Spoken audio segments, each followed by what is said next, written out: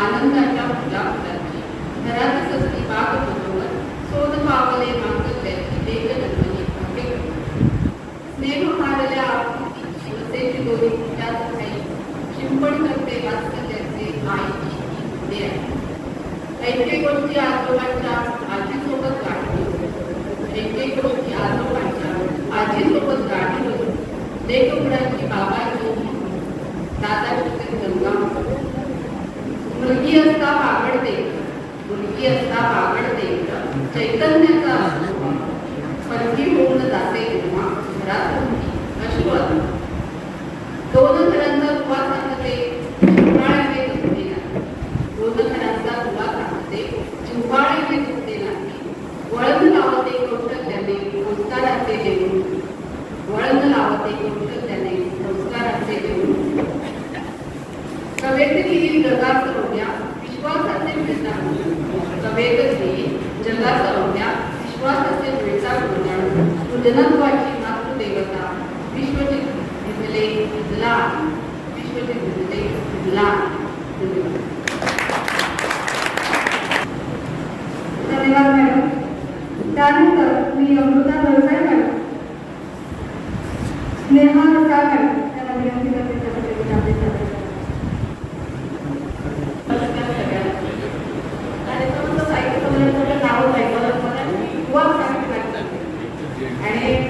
पहिल्यांदा मला एक मुक्तक सादर करणार आहे. त्याच्यानंतर एक आवडतो जो गंध मला तो तुझा खास आहे. आवडतो जो गंध मला तो तुझा खास आहे. आवडतो जो रंग मला तो तुझा खास. आवडतो जो गंध मला तो तुझा खास आहे. आवडतो जो रंग मला तो तुझा खास आहे. मी तसा वैतागून भिजलो असतो कधीचा. जागवतो जो चंद्र मला तो तुझा खास आहे. जागवतो जो चंद्र मला तो तुझा खास. आता मला मैत्रिणीने लेखी कविता सादर केली, पण त्याचं ते गांभीर्य दर्शवणारी कविता मी सादर करणार आहे. आणि ते कवितेचं शीर्षक आहे टाकू.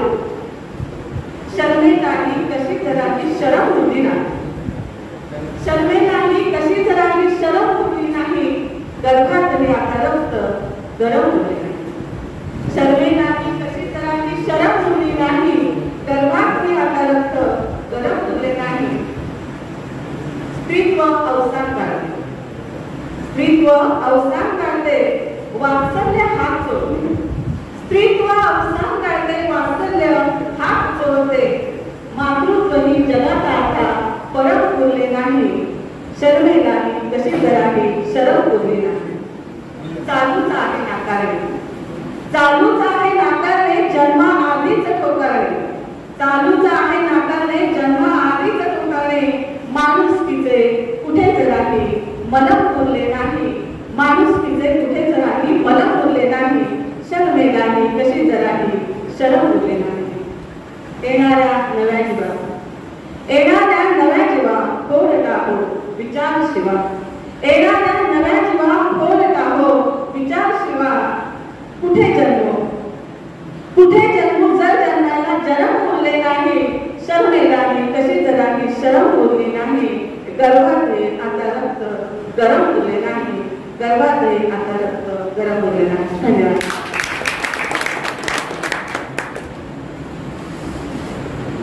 धन्यवाद मॅडम.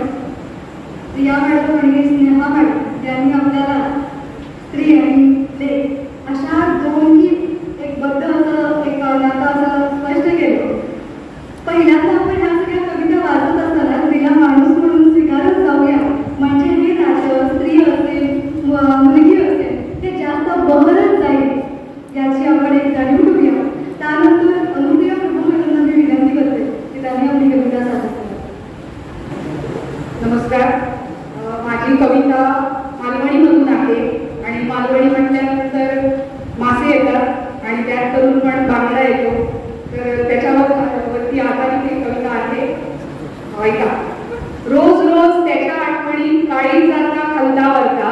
रोज रोज त्याच्या आठवणी काळी जाता खालदावरता. काय सांगू मेलेलो तुमका बांगडो माझ्या स्वप्नात येता. काय सांगू मेलेलो तुमका बांगडो माझ्या स्वप्नात येता. अस्सल उकडो भात आणि रसरशीत त्याचा सार. अस्सल उकडो भात आणि रसरशीत त्याचा सार.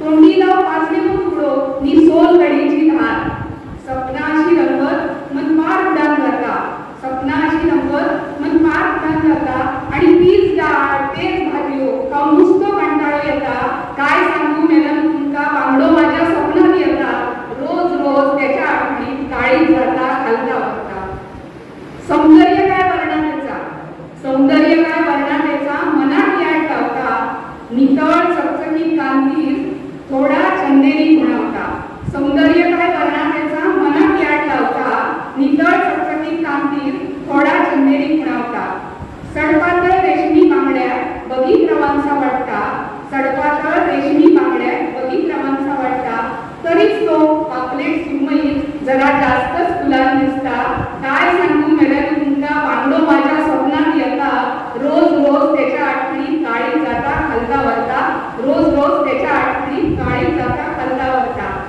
कायो करा कसोय शिजवा हवो तसो ट्राय करा कायो करा कसोय शिजवा हवो तसो ट्राय करा रस्सो करा बेक करा नाहीतर रव्यात फ्राय करा त्याची लज्जत तो राखून असता गरीबाक तो धरून असता त्याची लज्जत तो राखून असता गरीबाक तो धरून असता तरी तो इंग्लिशातल्या पॅनात पॅन म्हणजे तवा तरी तो इंग्लिशातल्या पॅनात मॅकरल म्हणान गिरावता काय सांगू मेल्या तुमका बांगडो माझ्या स्वप्नात येता रोज रोज त्याच्या आठवणीत काळी जाता खालता वरता थोडक्यात सांगतोय तुमका आता शेवटचा आहे थोडक्यात सांगतोय तुमका आता अस्सल मालवण्यांचा बांगडो ह्याच प्रेम असा भात आणि त्याचा विकला जगात मात्र ग्रेट असा त्याच्यात वाईट भाजलो गावलो तर सोन्याहून पिवळा असा त्याच्यात वाईट भाजलो गावलो तर सोन्याहून पिवळा असा म्हणान नका जैथय आजकाल गाफीलचो फोटोतलो दिसता काय सांगू मेल्यानं तुमका बांगडो माझ्या स्वप्नात येता रोज रोज त्याच्या आठवणी काळी जाता खालता वरता रोज रोज त्याच्या आठवणी काळी जाता खालता वरता थँक्यू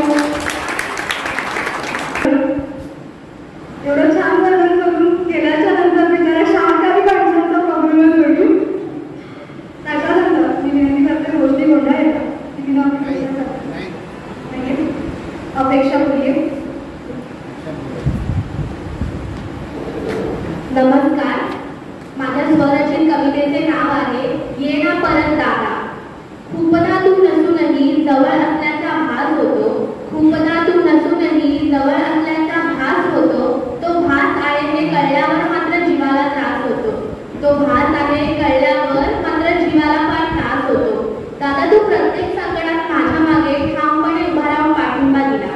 दादा तू प्रत्येक संकटात माझ्या मागे ठामपणे उभा राहून पाठिंबा दिला.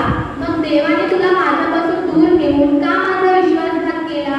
मग देवाने तुला माझ्यापासून दूर नेऊन का माझा विश्वासघात केला?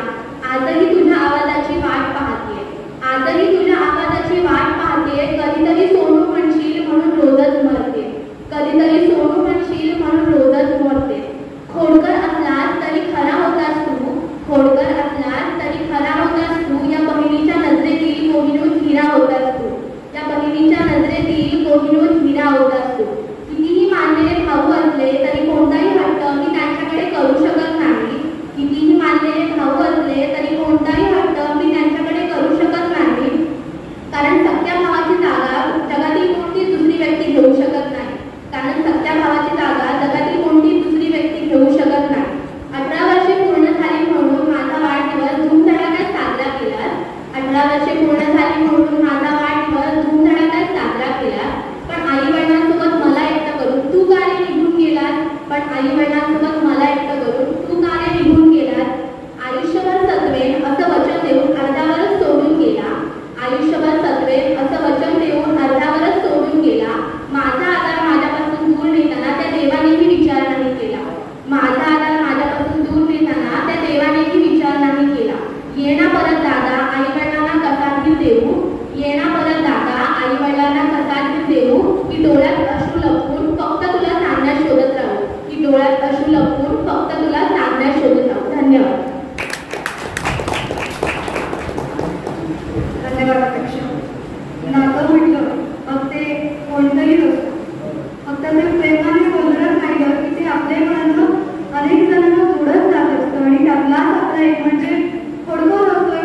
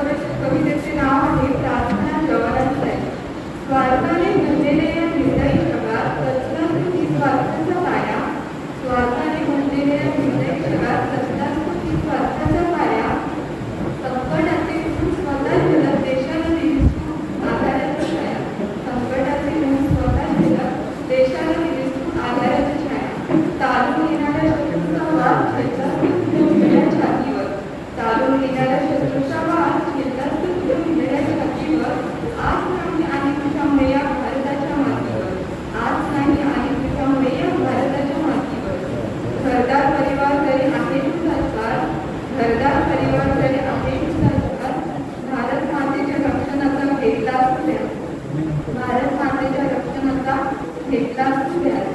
केली नाही कधी तू स्वतःच्या जीवाची पर्वा, केली नाही कधी तू स्वतःच्या जीवाची पर्वा. तुझ्या त्या कर्तृत्वाने घेतो आम्ही श्वास नवा, तुझ्या त्या कर्तृत्वाने होतो आम्ही श्वास नवा.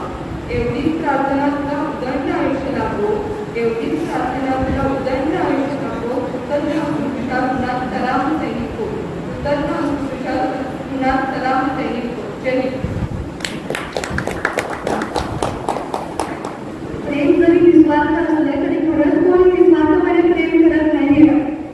पण जर कोण करत असेल असं विचारलं तर जवान शब्द नक्कीच आपल्यासमोर येतो. एक कोट्यावधी लोकसंख्या असणाऱ्या देशावर इतकं निस्वार्थपणे प्रेम करायचं आणि त्या सहज त्याला वरण स्वीकारायचं इतकं सहज सोपं होत नाही. त्यांना नतमस्तक होईल. नमस्कार.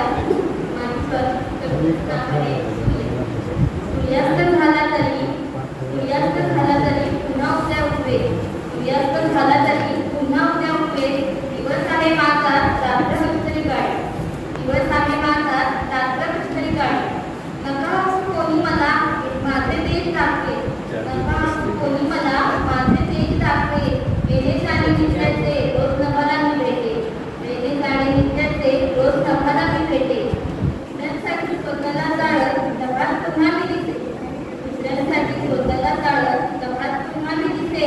नका पाहून माझा अंत पुन्हा नव्याने संपे, नका पाहून माझा अंत पुन्हा नव्याने संपे. माझे आजचे जाणे म्हणजे कायमचेच नव्हे, माझे आजचे जाणे म्हणजे कायमचेच हवे. पुन्हा उद्या मला तेजाने उगवायला हवे, तेजाने उगवायला हवे. जरी मी आम्ही दिसलो आपणास काही क्षणी, जरी मी आम्ही दिसलो आपणास काही क्षणी. जातो थोडा लांब जरा विश्रांती घ्यावी म्हणून, विश्रांती घ्यावी म्हणून. पसंती आली की बापाचं काळी धडधडतं, लेकीची पसंती आली की बापाचं काळी धडधडतं. पाखरू घरटं सोडणार म्हणून आतल्यात खूप रडतं, पाखरू घरटं सोडणार म्हणून आतल्यात खूप रडतं. हसता हसता बाबा एकदम चिंतेत दिसू लागतात, हसता हसता बाबा एकदम चिंतेत दिसू लागतात. लेकीकडे पाणी मागण्यापेक्षा स्वतः उठून घेऊ लागतात, लेकीकडे पाणी मागण्यापेक्षा स्वतः उठून घेऊ लागतात.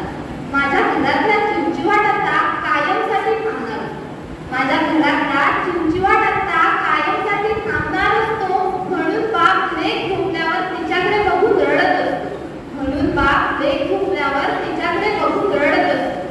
छकुली सानुली करत करत कधी मोठी झाली कळत नाही, छकुली सानुली करत करत कधी मोठी झाली कळत नाही. बाप सांगतो तिला सोडून मला पाणी सुद्धा मिळवत नाही, बाप सांगतो तिला सोडून मला पाणी सुद्धा मिळवत नाही. दिवसातून एकदा तरी प्रेमानं जवळ घ्यावंसं वाटतं, दिवसातून एकदा तरी प्रेमानं जवळ घ्यावंसं वाटतं. परक्याचं धन असलं तरी द्यायला मात्र नको वाटतं, परक्याचं धन असलं तरी द्यायला मात्र नको वाटतं. उठल्यापासून झोपेपर्यंत बाबाची काळजी घेत असते, उठल्यापासून झोपेपर्यंत बाबाची काळजी घेत असते. आज ना उद्या जाणार म्हणून लेक जरा जास्तच लाडायची असते, आज ना उद्या जाणार म्हणून लेक जरा जास्तच लाडायची असते. लेक जाणार म्हटलं की बाप आतून तुटून जातो, लेक जाणार म्हटलं की बाप आतून तुटून जातो. समजत नाही पसंतीला आलेल्या पाहुण्यांमधून अचानक का बरं उठून जातो, समजत नाही पसंतीला आलेल्या पाहुण्यांमधून अचानक का बरं उठून जातो. इकडे तिकडे जाऊन बाबा गुपचूप अश्रू पुसत असतात, इकडे तिकडे जाऊन बाबा गुपचूप अश्रू पुसत असतात. पोरीच्या खुशीसाठी म्हणून पुन्हा पाहुण्यांमध्ये येऊन हसत असतात, पोरीच्या खुशीसाठी म्हणून पुन्हा पाहुण्यांमध्ये येऊन हसत असतात.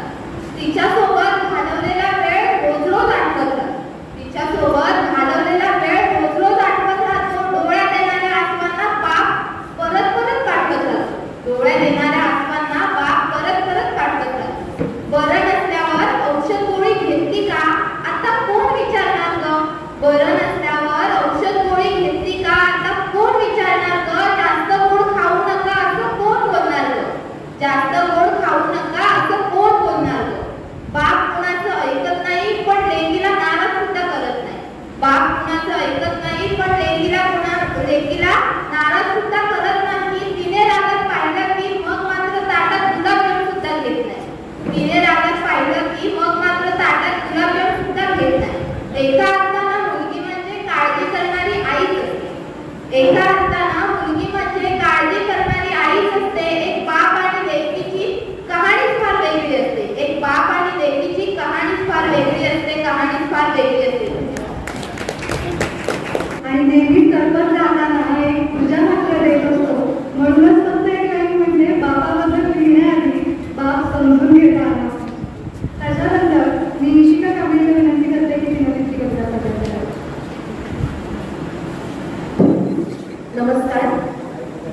खरं तर इतक्या मोठ्या लोकांना पाहून आणि ऐकून मला आणि माझ्या कवितेला आम्हा दोघांनी दडपण आलंय. माझं नाव इशिका कांबळे. मी तुमच्यासमोर एक भास नावाची कविताची स्वररचना आहे ती सादर करणार आहे. मी नक्कीच अपेक्षा करते की कविता ऐकून तुम्हाला तुमच्या प्रियकर आणि प्रियसीची आठवण होईल. माझ्या कवितेला सुरुवात करते. कवितेचे नाव आहे भास. आज निवांत बसले होते आकाशाकडे एकतर बघत. आज निवांत बसले होते आकाशाकडे एकतर बघत. तिथे अंधार होता, चांदण्या होत्या, कुठेतरी तो चंद्रही होता. तिथे अंधार होता, चांदण्या होत्या, कुठेतरी तो चंद्रही होता. मग मी मिनिटामुळे शांत आता. मग मी मिनिटामुळे शांत आता. त्या शांततेत तुझा सहवास भासत होता. त्या शांततेत तुझा सहवास भासत होता.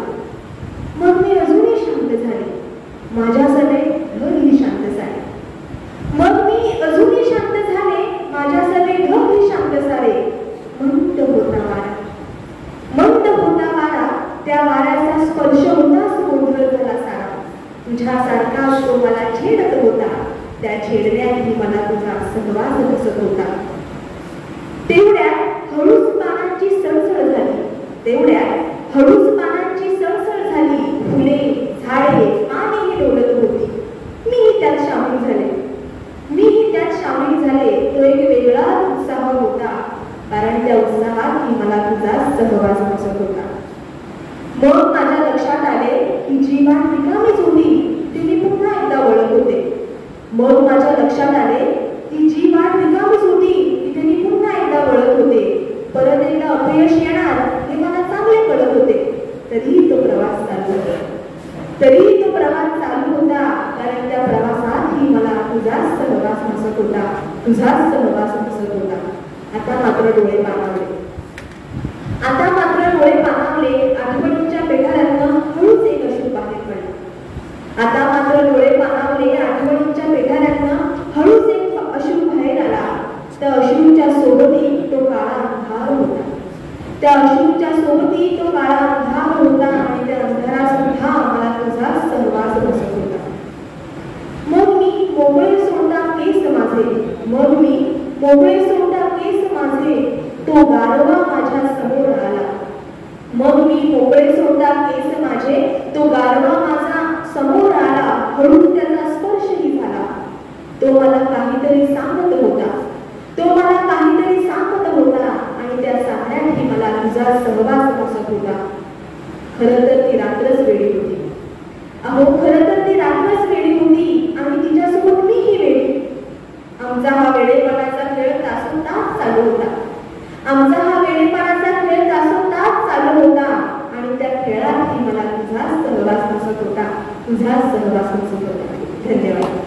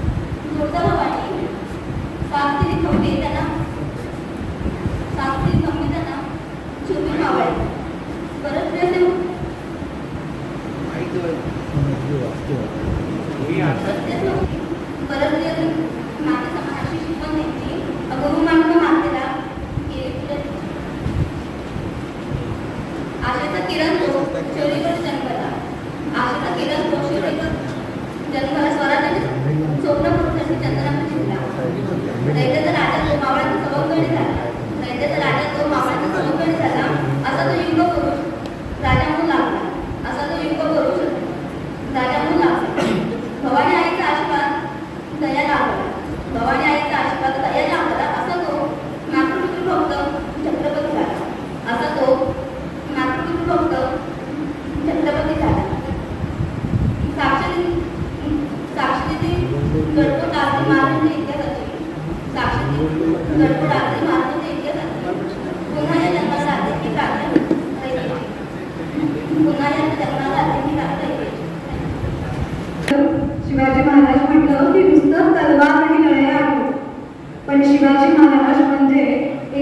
आपलं कर्तव्य आणि एक विचार आणि तो आपण सगळ्यांपर्यंत पोहोचवण्याचा नक्की प्रयत्न करू. त्यानंतर मी मृण्मयी पात्रे तिला विनंती करते की तिने तिची कविता सादर करावी.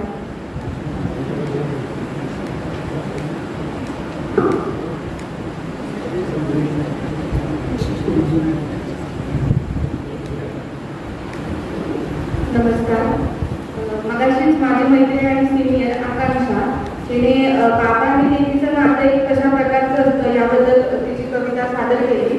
माझा सुद्धा विषय तोच आहे. आता कसं आहे ना, कोणाची परिस्थिती कशी असू दे, गरीब असू दे, श्रीमंत असू दे, हे बाबा आणि लेकीचं जे नातं आहे ना ते कधी बदलत नाही. म्हणजे अशक्यच जवळजवळ ते बदलत नाही. तर अशाच एका रस्त्यावर फुगे विकणाऱ्या बाबांच्या मुलीच्या काय अपेक्षा असू शकतात किंवा तिच्या काय वेदना असू शकतात. आता तिथपर्यंत मी पोहोचू शकत नाही तंतोतंत, पण एक प्रयत्न मी केलाय.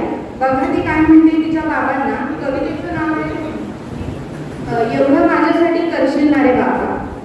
महागड्या भेटवस्तू नकोत मला काही, महागड्या भेटवस्तू नकोत मला काही, छोटीशी पाहुली आणून देशील ना रे बाबा. महागड्या भेटवस्तू नकोत मला काही, छोटीशी पाहुली आणून देशील ना रे बाबा.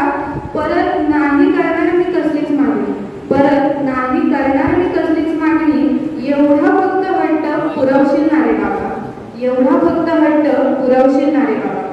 खाईन तुझ्यासोबत रोज मीठ भाकरी, खाईन तुझ्यासोबत रोज मीठ भाकरी, कधीतरी गोडाचा आणून देशील ना रे बाबा. खाईन तुझ्यासोबत रोज मीठ भाकरी, कधीतरी गोडाचा आणून देशील ना रे बाबा.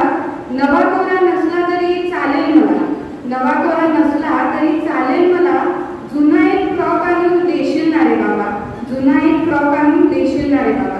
पुढे काय म्हणते बाबा. आभाळाच्या छताखाली राहू दोघे सुखाने, आभाळाच्या छताखाली राहू दोघे सुखाने, कधीतरी हक्काच्या घरी नेशील ना रे बाबा. आभाळाच्या छताखाली राहू दोघे सुखाने, कधीतरी हक्काच्या घरी नेशील ना रे बाबा.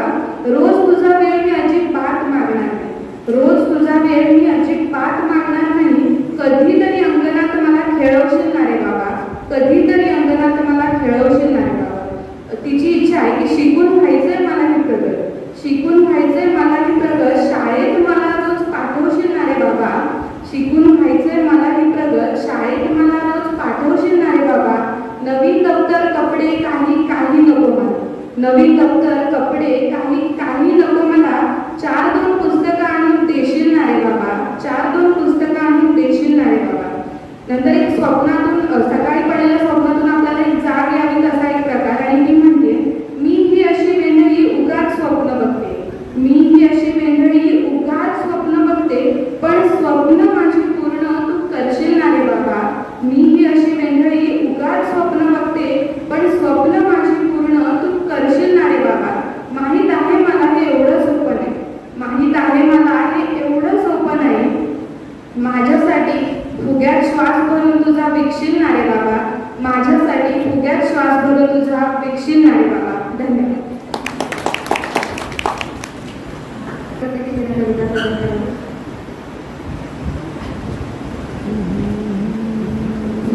नमस्कार. मी सिद्धी रानडे बळीराजाची दुष्काळी कथा या कवितेतून विषय करत आहे. कवितेचे शीर्षक आहे दुष्काळ. दुष्काळाच्या स्थितीपुढे हात टेकले सर्वांनी, दुष्काळाच्या स्थितीपुढे हात टेकले सर्वांनी, पाणी पाणी करत बायका फिरतात रानोरानी, पाणी पाणी करत बायका फिरतात रानोरानी. ढगातल्या पाण्याला पाझर काही फुटेना, ढगातल्या पाण्याला पाझर काही फुटेना, शेतकऱ्याच्या डोळ्यातलं पाणी काही कळेना, शेतकऱ्याच्या डोळ्यातलं पाणी काही कळेना. भू भू करून पोरं करतात कलका, भू भू करून पोरं करतात कलका. पाऊस कधी येणार विचारत बापा मोठी करतात गलका, पाऊस कधी येणार विचारत बापा मोठी करतात गलका. कंटाळून तो शेवटी लावून घेतो फास, कंटाळून तो शेवटी लावून घेतो फास. जागोजागी हे प्रमाण वाढलंय सर्रास, जागोजागी हे प्रमाण वाढलंय सर्रास.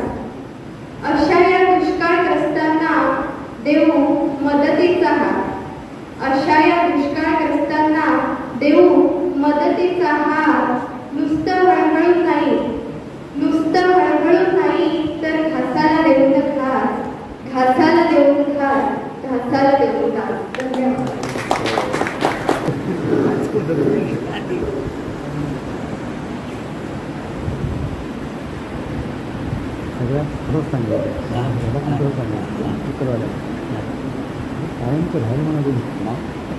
नमस्कार, मी कौस्तुभ सुतार.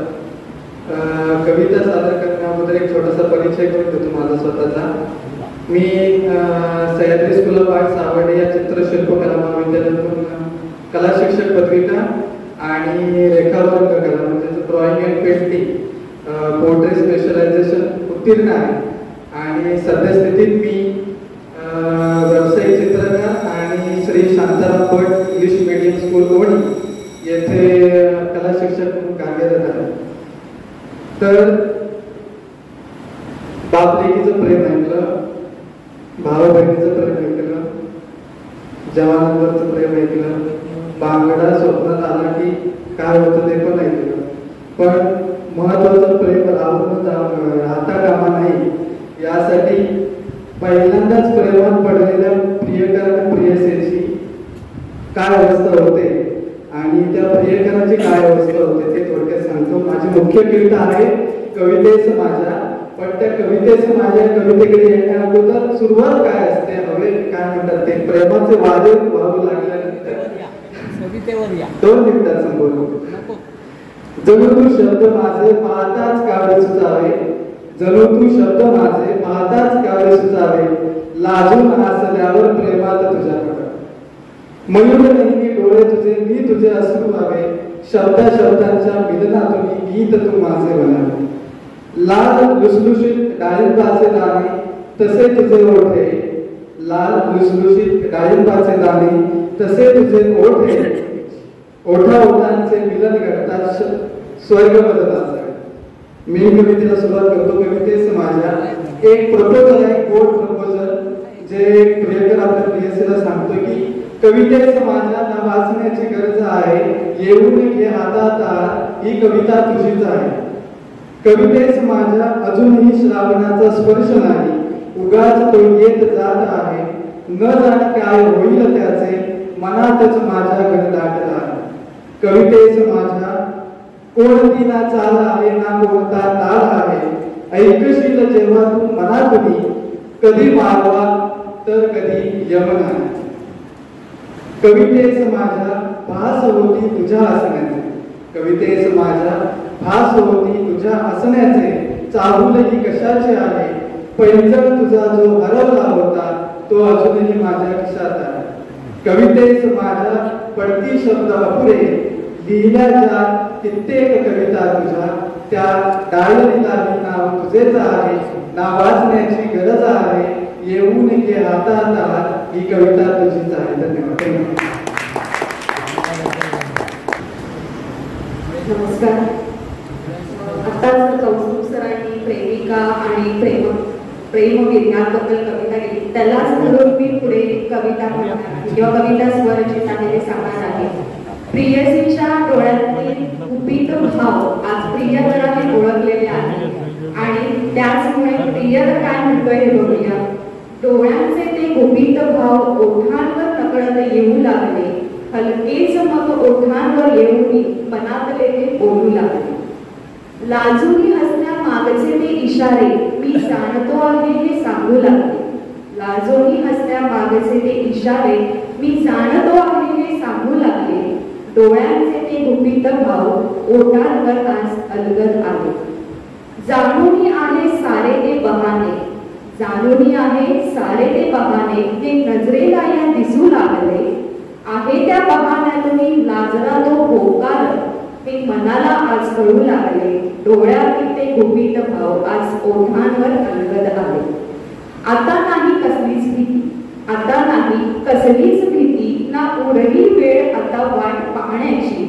दिवस रात्र आता भेटीचे खास ते होऊ लागले. डोळ्यांचे ते गुपित भाव ओठांवर अलगद येऊ लागले. हातात हात घेऊन आता नवे स्वप्न ते पाहू लागले. हातात हात घेऊन आता नवे स्वप्न ते पाहू लागले. स्वप्नात रंगोनी रोज नव्याने प्रेमात न्हावू लागले. डोळ्यांचे ते गुपित भाव ओठांवर नकळत आले. ओठांवर नकळत आले. धन्यवाद.